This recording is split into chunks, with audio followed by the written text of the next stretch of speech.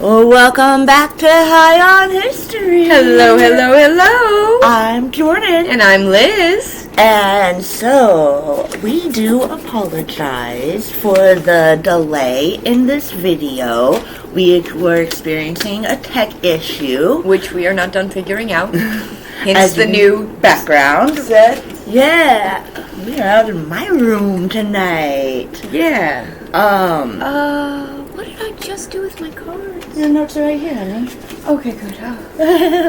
Had a heart attack.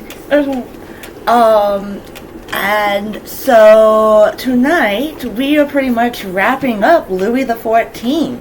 Yeah. Yeah, it's been a long adventure with Louis.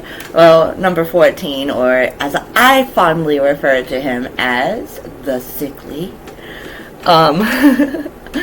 I must admit, I think of him as Louis the Magnificent. He was sort of magnificent. In fact, he was in many ways.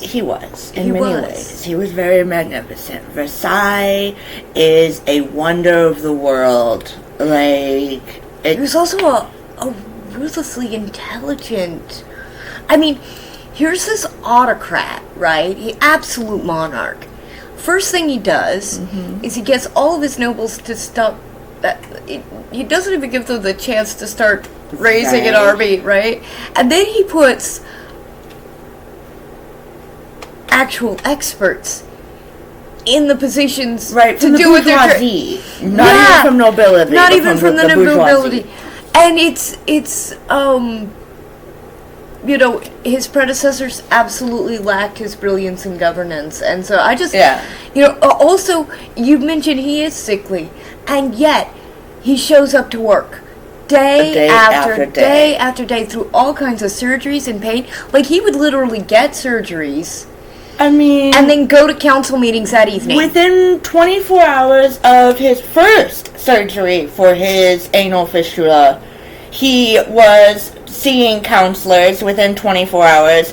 And then by the time he was having his second or his third, he was on horseback within 3 days? Yeah. Yeah, like, that man was he was an amazing, magnificent human being. Now, all people have their flaws, and as we're about to address later in this episode at some point, we will be addressing slavery. So if somebody does not want to witness or listen to any of that, please skip Liz's segment. She will be addressing the slave trade of France in the Americas and Africa, colonization.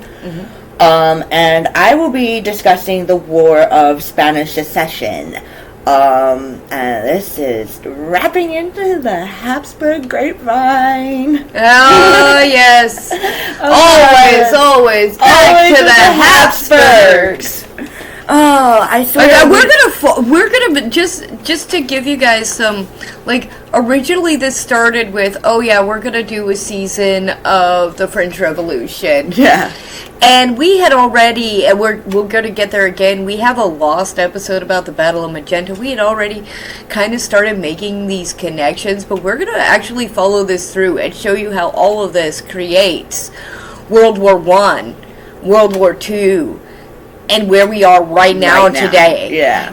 Because it's always presented like all of these are separate incidents, but really it's just a continuation. It's one thing. And it all has to do with the placement of the Habsburg bloodline. It really does. So much. It has so much to do with... Everybody is trying to either ally themselves with the Habsburgs, who are very, very powerful, or reign in the Habsburgs, who are very, very powerful. So, that is the very heart of this tale in so many ways. Even though we're talking about the Bourbon line, and their part in their main role in largely trying to keep the Habsburgs from getting any worse, because they were pretty bad. So, I guess... Sorry. My medication gives me cotton mouth. I had to do something about that. So I guess I'll start with the War of the Spanish Succession. Yeah. This is a 13-year conflict that actually is now, in modern times, being kind of called the First World War. Which is really interesting because we're going to cover the 7 Years' War, and Which you and I had already come to the conclusion that that's World War Zero. That is now World here War I Zero. am with the Spanish Succession, and I'm saying in modern times this is now the real World War Zero. Yeah. So, correction to all my past videos about the French and Indian / 7-Year War, which we will discuss in a couple videos from now. That's not World War Zero like I intended it to be. We're getting into this conflict, and this actually does spill over into the Americas as well. So this actually does become a global conflict because it takes over Africa. We see conflict in the Indies and Asia. Like, this conflict, the Spanish Succession, is not just a Habsburg-Bourbon conflict of who's going to take over who when Charlie dies. But like, this is actually a global conflict of trade and succession, and, like, it becomes quite a conflict. So, this is the combination of the French and Spanish crowns, and this was going to become a disturbance of the balance. The Bourbons had a powerhouse with the French monarchy. They had the vast sea trades, they had the slave trades of Africa, they had the colonization of the Americas, and actually in the early 1700s, between 1701 and 1714, their American trade colonies were flourishing, which we will get into. So, with the Spanish, if the French crown took over the Spanish throne, that was going to disrupt the balance. And that's why this war technically started. Because the death of Charlie II, or, well, King Charles II, let me be nice. I'll stop calling him Charlie. But there's just so many people that I started nicknaming them and just joking around in my own head. So he was actually the last of the Spanish Habsburgs, and we actually know King Charles II as that infamous Habsburg jaw. He was the one whose jaw was so bad he could no longer eat, He couldn't eat, he couldn't walk, he was so inbred. He was actually called, oh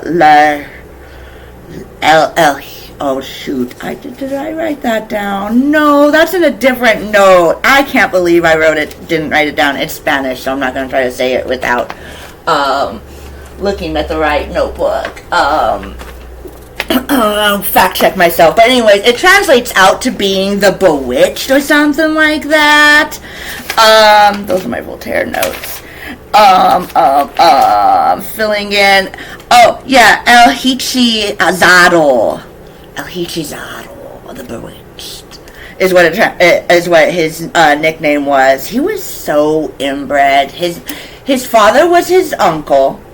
Or his mother's uncle, I'm sorry. Yeah, his father was his mother's uncle, but his degree of inbred was first degree. So that would be equivalent to, like, brother and sister. Full blood brother and sister having a child together. That's how grapevine the Habsburg bloodline is. Oh, I can't wait to actually get into the Habsburg side of this story.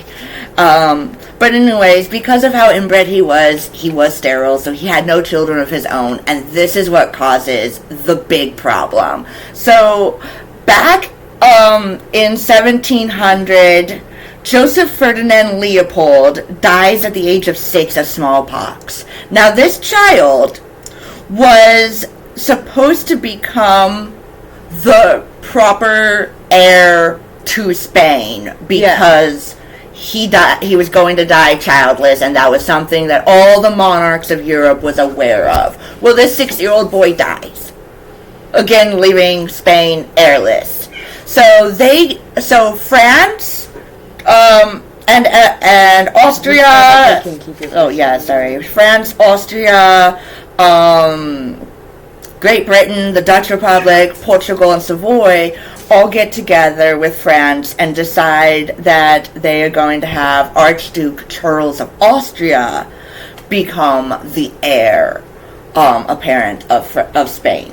Now, why him, or did we look into that? Because he was just the most. He was the one that they agreed upon. He was direct in line for, like, the Habsburg side of the bloodline, and so hang on, pause. So they chose him because he was pretty much the Habsburg heir for the Spanish side. Since he was the closest that they had. Yeah, on the Austrian side. Now, in response, in 1700, King Charles II was convinced by his archbishop to change his will and destroy all previous wills to appoint Philippe of Anjou. Okay. Now, who's Philippe of Anjou? Philippe of Anjou is the child, or the grandson, of Louis XIV. Oh. Who does actually become King Philip V of France. Now, Louis's response is what triggers the war. Now, as I said, Louis had gotten together with the Second Partition and agreed on the Archduke. Right. He had two choices to make here. Honor his treaty and honor the Archduke, or honor his grandson. He chose his grandson, didn't he? Of course he did. Now, he could have approached this differently. There was also the little matter of the dowry that he and Maria Theresa say they did not ever get from Spain. And that's why Philippe of Anjou was also appointed, is because Maria Theresa of Spain is technically also his auntie. Right. So, Louis accepted the will. Now, instead of being a good king of France and saying Philippe has no rights to the French throne, when Louis died, Philippe would retain all rights to the French throne at that point. Okay. He would, and then France immediately moved back in and occupied the Netherlands. So they just got done with the Franco-Dutch War that I talked about, 2 episodes ago, and now we're back in the Netherlands. That was for our viewers 1 episode ago. Oh, this is our second take on this episode. Oh, yeah. Oh, goodness. I'm sorry. Yeah, last episode. It was actually our last episode. Sorry about that. Yeah, then he shattered all of his treaties with the Grand Alliance. And so, once again, we get a reformation of the wartime Grand Alliance, which again was Austria, Great Britain, the Dutch Republic, and Portugal and Savoy actually was originally joining French and Spain because Portugal is part of the Iberian Peninsula, and Savoy is right there on France and Italy. Right. So, originally Portugal and Savoy were allied with France and Spain, but then they switched sides very early in the war. Oh, interesting. Oh, I mean, like, within the first few months of being in the war. Yeah, they switched very early. So now... Bless you. Now, we have... In America, we call this War of Spanish Succession the Queen Anne's War. And that was the front that was fought here. Oh, here in the Americas. Yeah. So, interesting. So, if we are going to discuss American history, and when we do get to American history, and one of us is discussing Queen Anne's War, this is what the same we're talking about. Yeah. So, for American students, this is what we call the Queen Anne's War. The lower countries, the Rhine, southern Germany, Italy, the Iberian Peninsula, and North America were all being just kind of fought over. There was wars going on in all of those countries over the Spanish succession breaking out because everybody's just kind of like, well, you just broke the treaty. Right. France totally got it. Like, if Louis did not give Philippe absolute power to take France when Louis died, they'd be fine. There would actually not have been a war at all. But it was the fact that he was trying to essentially marry Spain to France by letting him retain both thrones. That was the crux of the issue. Which is exactly what he was doing at the last war. Uh-oh. Something unplugged over there. It's okay. Laptop's fine. It's still plugged in. At least I'm gonna die. So... Or did we trip a breaker? No, I'm gonna guess something got unplugged. Something over there. Okay, it's fine. It's fine. Yeah, it's fine. Just gonna get very cold very quickly.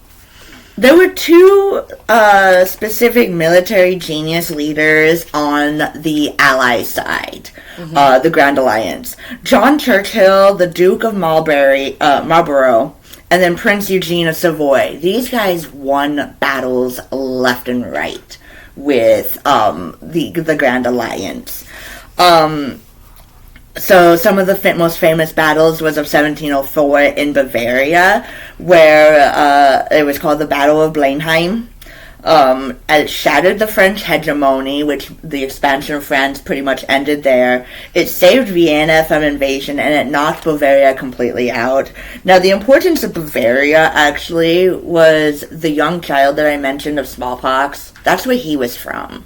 Oh. His father...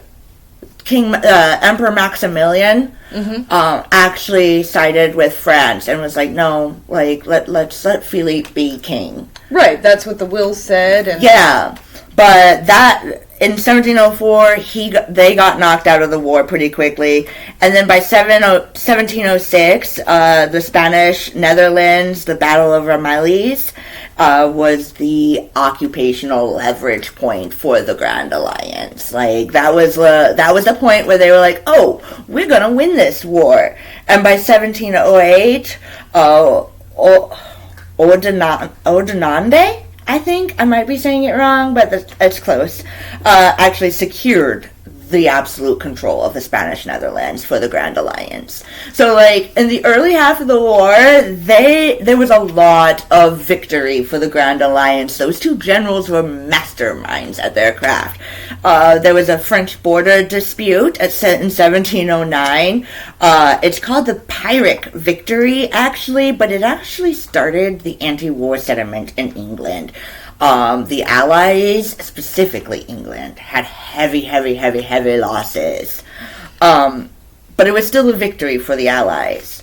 Now, the victory that actually settled all of this war disputes were the victories that were going on in Spain. Like, obviously, that's where it's going to be. So, like, okay, how would you feel? Like, what do you think the people would be feeling like right now in Spain? Like, do you think they'd be pro-France, pro-Philippe, or do you think they're pro-Archduke Charles? Because I bet the answer surprises you. I would kind of assume it's a split court, though, right? Actually, the general consensus all the way up from the poorest peasant to the richest noble to King Charles II himself before he died. Every single one of them wanted Philippe. Okay, so Spain was behind... Spain was 100% behind Philippe Anjou. Okay. Yeah. Okay, so Louis agrees, the will agrees, the King of Bavaria agrees, not that anybody cares anymore. Yeah. But England doesn't like it, and what, did you say Portugal and Savoy have changed sides? All of the Holy Roman Empire. The Holy Roman Empire, Austria, Netherlands, all of them. Prussia is even on the side of the Holy Roman Empire on this one too. And really, it's because if Spain has the greatest navy, they have the Armada. Think about what's going on at this time. We're talking about France and their slave trade. We've got the conquistadors of Spain too, simultaneously going on right now. So this is a lot about money. This is all about money. And who's got the most of it. And they can't let the Spanish Armada fall under French control. Because between France and Spain, they have the biggest navy in the nation. They have the total control. Or in Europe. They would have the total control of the sea trade of North America. Oh, yeah, If Spain and France combined crowns, it would have been a total control of the sea trade. At least and that's what nobody wanted. Right. So now in Spain, during 1704, Archduke Charles has captured Gibraltar and had Catalina. Okay. So that's in Spain. This is in Spain. So Archduke Charles has kind of a control. Now, the Battle of Almanza, this defeated the Allies in the battlefield, confirming the Bourbon control over Valencia and Aragon. Major pivot point in the war, gaining control of Aragon.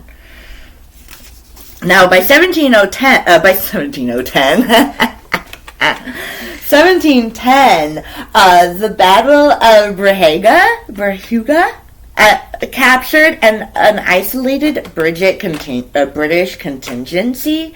So, like, there was a small group of British soldiers that were just, like, wrong place, wrong time, but they got captured. And it weakened the Allied forces' control in Spain, because this group was kind of, like, meant to be out there to take control, and they just totally lost it. Oops. Well, that little battle led into the Battle of Villa Viscosa de Tijuana, and that's when the Allies tried to rescue these British troops. Stop chewing on that! Oh my God, Eclipse!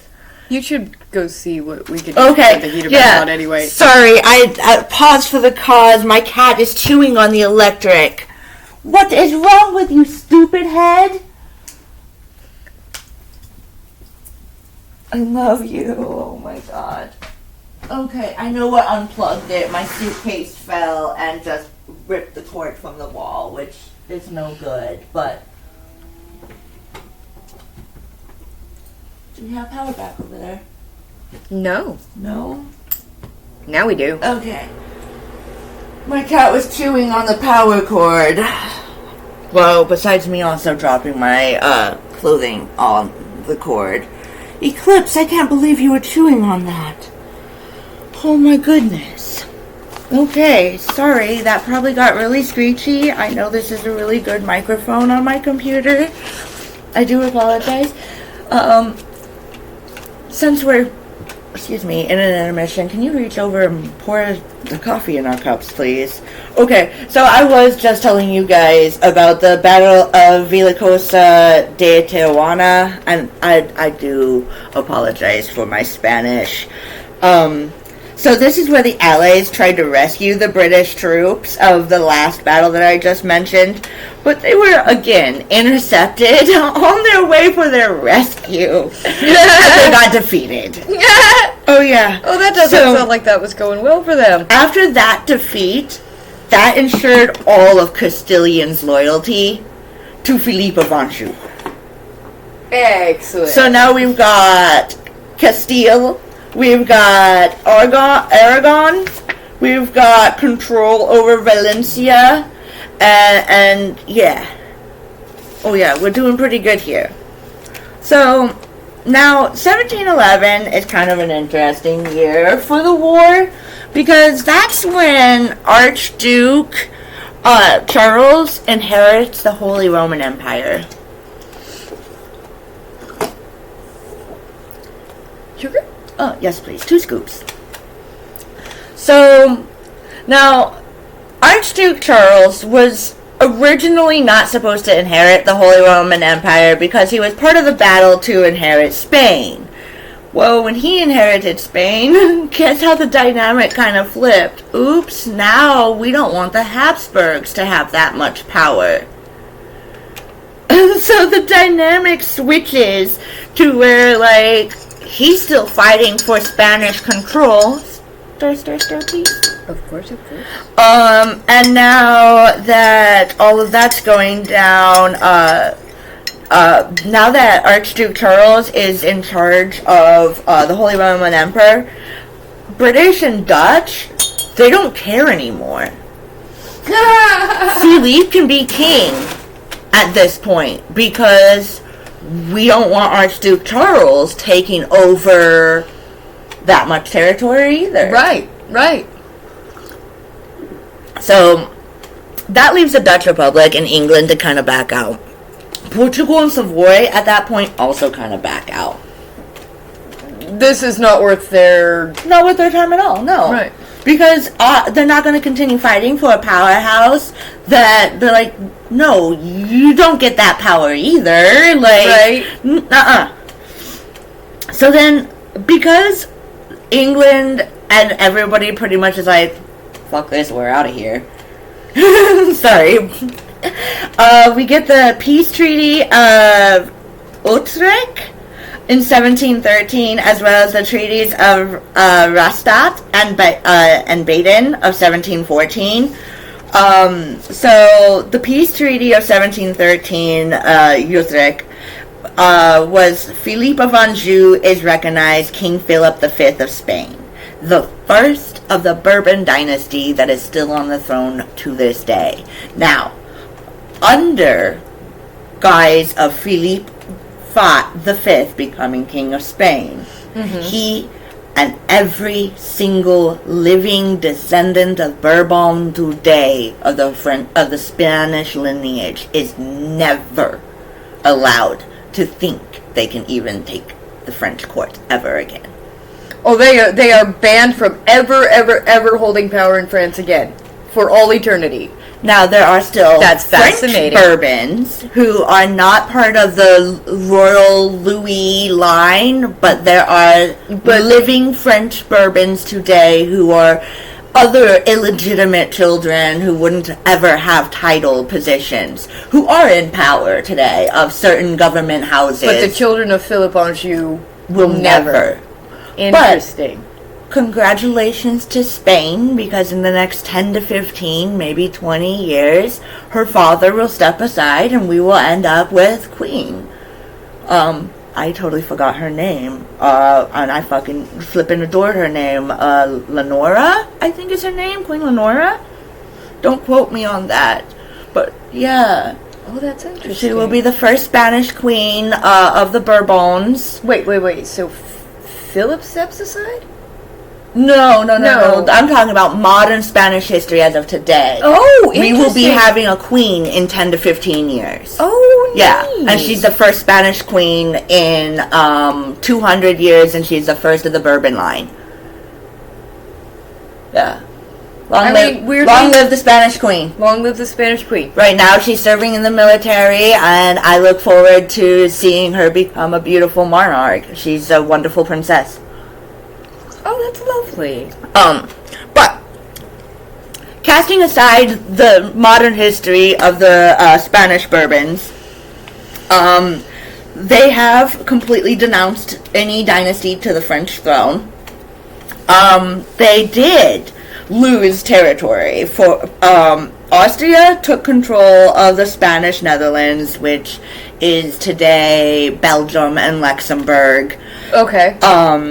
The Kingdom of Naples, which is now in Italy, was taken by Austria, and the Duchy of Milan, again also Italy, right, was taken by Austria. Italy was not yet a country. We are going to get into that later. Yeah. Great Britain took Gibraltar and Minorca in the Mediterranean. They also took Newfoundland, Nova Scotia, the Hudson Bay territories in North America. This is very important. Yep. And then Savoy ended up with Sicily, again an Italian territory that is not yet Italy. Now Savoy winds up back in Spain, and as you mentioned, Sicily is a part of Italy, right? So, Savoy is this weird little territory that I think actually is now Italy itself. I haven't actually really looked at a map per se, for sure it was but Spain. Savoy is between France and Italy, if I remember the map. And I do believe now. I just gotta fact check us in real time. Yeah, please, absolutely do. Now, as you were fact-checking the map for us on Savoy, Great Britain gained Assento, which was the 30-year monopoly to the African slave trades to the colony.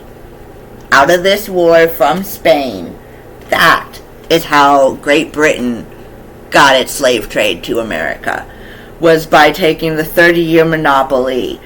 from Spain. The balance of power became international law, ending the French hegemony and marking the rise of the Great Britain in global power. And when was this? By what year? This was 1714. Okay. Yeah, this is the end of the Spanish Succession War, and Great Britain took Spanish slave trade from Spain. Oh, today it is mostly a part of France, with a small historical portion in Italy. Okay. That makes sense. I wasn't quite sure which part of what part of the country. Like, you know what I mean? I knew where the territory was. I wasn't sure how it looks nowadays. So much later, we're talking a little more than 100 years later, is largely annexed by France from the Kingdom of Sardinia in 1860 after a referendum. Oh, dude. I know where that takes us in history. Yeah. This is neat stuff we're getting into, but we're not there yet. Okay. I am so close. Rabbit holes. I am so close to being done with my War of Spanish Succession. Now, the two parts of the Treaty of Zurich was the Treaty of Rosette that was signed in March of 1714, and that was peace between Austrian Habsburgs and France. That's where the Holy Roman Emperor. I always get the wrong empire mixed up. The Holy Roman Emperor, Charles VI, had actually refused to acknowledge Philippe as king. This is where he actually had to acknowledge him. It solidified the division of the Spanish Empire outside of the Iberian Peninsula in favor of the Holy Roman Empire. It prevented any Spanish Bourbon from taking French throne, and like I said, to this day, the Bourbons are not allowed to sit on the French throne, which there is no French throne. Right. Yeah. Right. But just in case it had one again. Yeah. So they're not interested. I guarantee it. That treaty was the breakup of Spain, and pretty much Habsburgs getting their way at the end of the war. And now the Treaty of Baden in September of 1714 formally ended all hostilities with France and the Holy Roman Empire. This is for the kings to meet, and they extended to encompass the entire Holy Roman Empire, including German princes, Switzerland, and other states. It restored the Rhine Treaty. It ended all the hostilities. It rebalanced power that defined what we call the 18th century, and it vastly expanded the Habsburg control. France got to keep Alais, Fort Landu, in Palatine, and that's it. Yeah. Huh. Yeah. So, ultimately, at the end of that war, France and Spain kind of got the short end of the stick. They lost control of pretty much everything they had in order to allow Philippe of Anjou to take the throne. And that is why I still to this day will rant about how shitey the Habsburgs are, and why their control is why we have the problems we have today.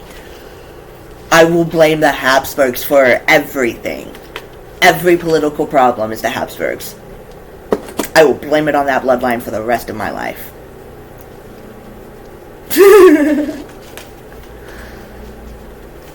Well,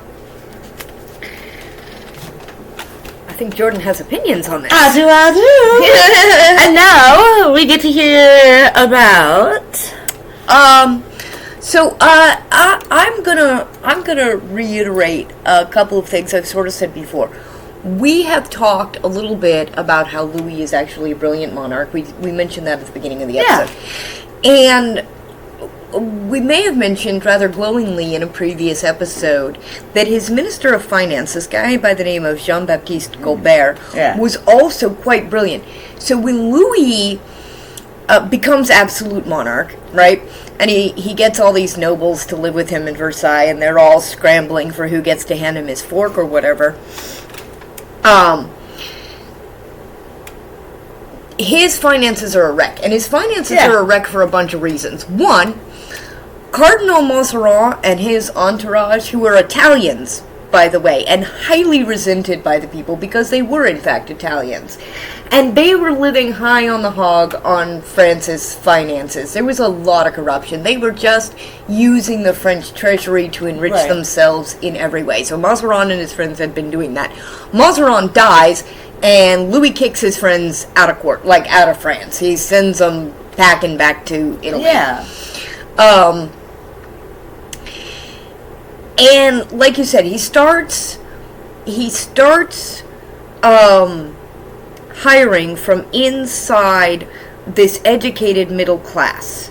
And one guy in particular winds up standing out because he tattles on the current Minister of Finance, who is embezzling out of the French treasury at an unholy rate. Oh. And so Jean-Baptiste Colbert kind of risks his own neck. He had been appointed under Cardinal Mazarin, actually. Yeah. As he was already working in that department under Mazarin, so he risks everything to tell Louis something Louis does not want to hear, which is your finance minister is stealing from you, stealing from the country. And it works for him. His honesty is rewarded. Louis appreciates this loyalty. Right. This service, that he would be brave and stand before him and risk everything to tell the truth. That impresses Louis. Louis makes him the Minister of Finance. And he is brilliant at it. He's educated in finance. He knows what he's doing. France is at the brink of economic disaster. And,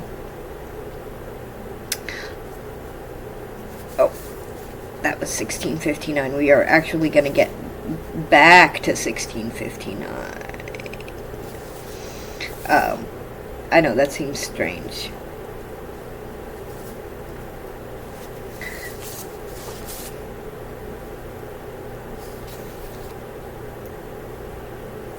So yeah, started with these colonies. I know I put this stuff in here, but I was really deep into what was happening in the colonies, and that is what most of these notes are.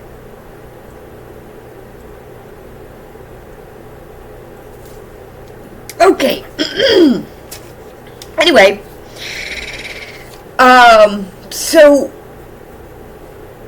and we're talking about, all these wars and stuff later, but in the beginning, this is how France becomes rich enough to fight any of these wars. This is why they can put up a fight in the 7 Years' War in North America, and this is why losing their colonies in the Hudson, North America, was absolutely financially devastating for them. Oh yeah, that devastated Spain. No, I was talking about the French colonies when they lose them to the English up in Canada. Those are Spanish colonies that got lost. There's the French also lose colonies up there. We're going to talk about it later under Louis XV. It's financially devastating. That's when the French lose their colonies. Spain lost their colonies during the Spanish Succession War. Yep. France are going to lose their colonies. Right.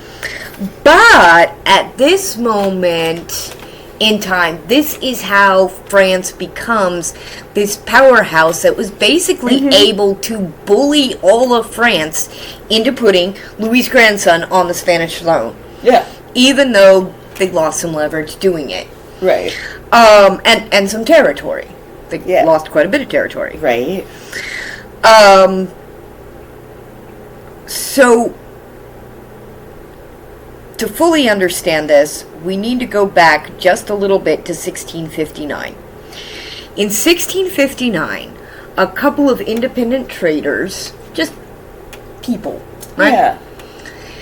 Yeah. Started a settlement at the mouth of the Senegal River. Okay. And that became a colony called Saint Louis. And Saint Louis was named for Louis XIV when he was still a boy. Oh, wow. So that colony was founded long ago. Right. When he was a kid, Montserrat had it, or was it even... No, it was Montserrat. Yeah, he had it named for Louis, supposedly both in honor of his father and the rising, ascendant Louis. Yeah. And shortly thereafter, France founds another little independent colony in what is now Benin, also there in North Africa. Okay. And these are run just by private people.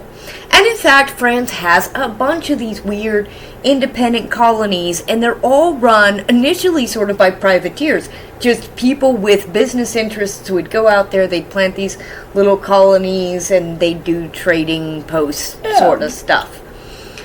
So the brilliance that is Jean-Baptiste Colbert is that he realizes they aren't actually managing to extract the real wealth that these independent trading posts have to offer France. They're not really making enough off of this. Yeah. And he brings them all together in a corporation.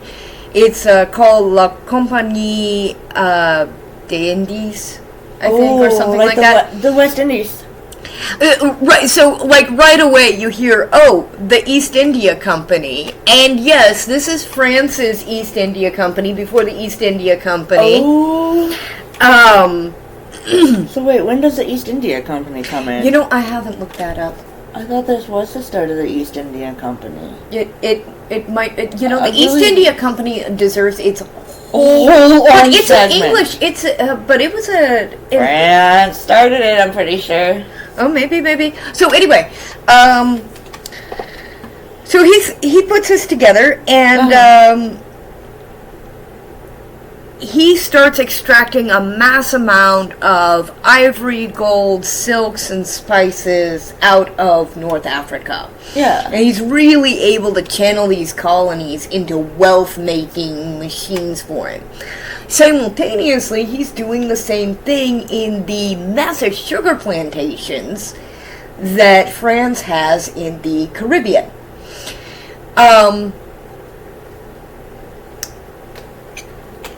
The natives in the Caribbean had already been and were continuing to be worked literally to death. Yeah. And it left labor shortages, as you might imagine. I mean, that does make sense. So,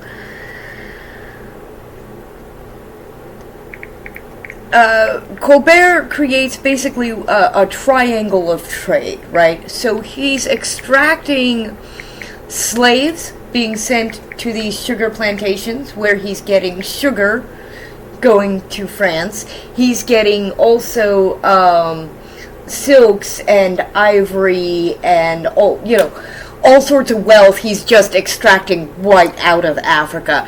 And we are going to spend some time on the absolute ravaging of Africa in the medieval and Renaissance periods. That's its own story. It is well worth telling, and we will at some point also be telling that. But this is part of that, and so he's extracting all of this stuff. Oh, go ahead. So, going back to the French East Indies, so the first existed from 1604 to 1614. And it was rivaled to Dutch and Dutch and English, and it was founded much later on September 1st, 1664, by Jean-Baptiste Colbert under the reign of Louis XIV. Okay, so that's this. This is the founding of the East India Company. Yeah. Oh, everything I was looking at showed it under its French name. I wonder why, and I thought it sounded. Anyway, it has the French name here. Compagnie Française pour les commerces des Indes Orientales. The Compagnie des Indes Occidentales. That's what it says here. Compagnie Française pour les commerces des Indes Orientales. No. Oh, okay. So This is what he actually founded here. The Compagnie des Indes Occidentales. Oh. I wonder if this is the same thing. Because mine says Orientals. Anyway, so you can see this guy is brilliant. Yeah. Right? And he's the founder of, well, okay, so this is how they're not brilliant. This is what their real power is actually based on. And this is where I wanted to pivot to. Well, it's a little bit more than that. Versailles is built on the backs of the French peasantry. Yeah. Right? They treated their own citizens in this very callous, very negligent sort of way. In the meantime, they also, and Louis himself signs this thing called the edicts, le code. I forget what it is in French. It's the Black Code, and in it he dictates how black people are born, live, die, marry, do everything. Right. He has complete control of these people. He is trying to put France I mean, they at have the to be center. born baptized Catholic, like. Yes, Yeah. absolutely. And he's trying to make France he's trying to impose French order on the entire world. And that French order has a hierarchy. He is at the top, and these natives of Africa and of the Americas are absolutely at the bottom. So the real power of France in this moment, what fuels the money that drives all these wars, also the destitution of France's own people, just the absolute horrendous treatment of them, is partially based in this horrendously dogmatic slave trade. Right. And it is dogmatic. As you mentioned, part of this is that he forces every single one of these people to be baptized Catholic. By the end, and we covered this a little bit, as he gets darker, he starts becoming more authoritarian. This is the end of his life. Right, more, well, I mean, not at the beginning. He appoints this guy right away. Oh yeah, right. Jean-Baptiste Colbert is right away. But then, as he gets older and he gets darker, and in these later years, it is in the 60-64 era, right around the time when he's really grieving Maria Theresa, that he signs the Edicts of Not, or I'm sorry, not the the Black Code. Yeah. So all that stuff we were talking about, like he just goes really dark after her death. He really does. And this is a part of it.